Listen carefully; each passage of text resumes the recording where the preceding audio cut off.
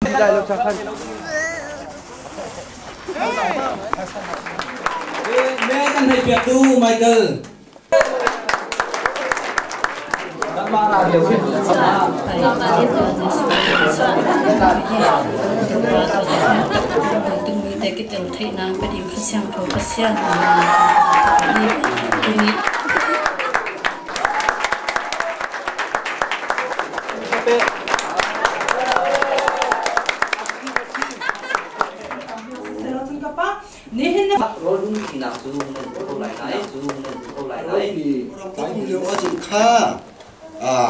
Phalam ti dim ha kha ti mi kha ilung ro thiam lo na I mu thiam lo na I bol kom thiam lo na ta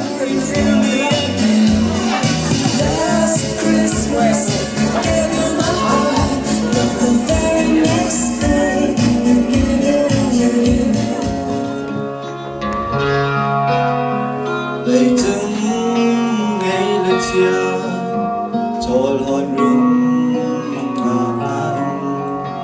ôi ba lung căng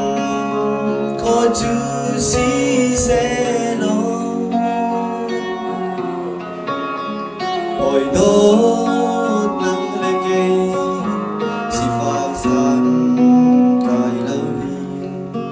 lấy chung ami van cha bi cần si ngang chút pi na si lang đốt nắng chữ nắng mà nè cây ta thèm asi anh ấy chưa mi pha bên yang thong lối mỗi ba cần chung lung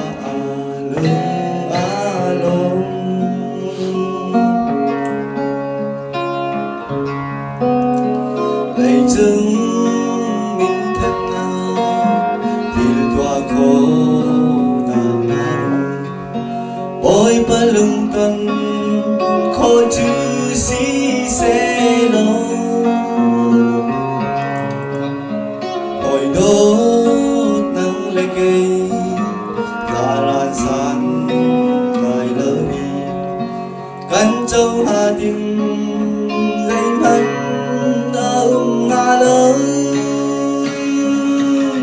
chút tin là si lâu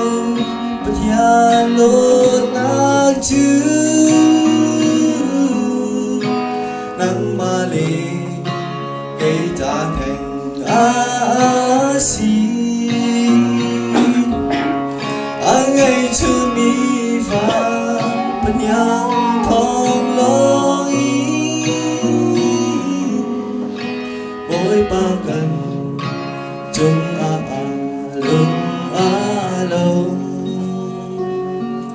Amen.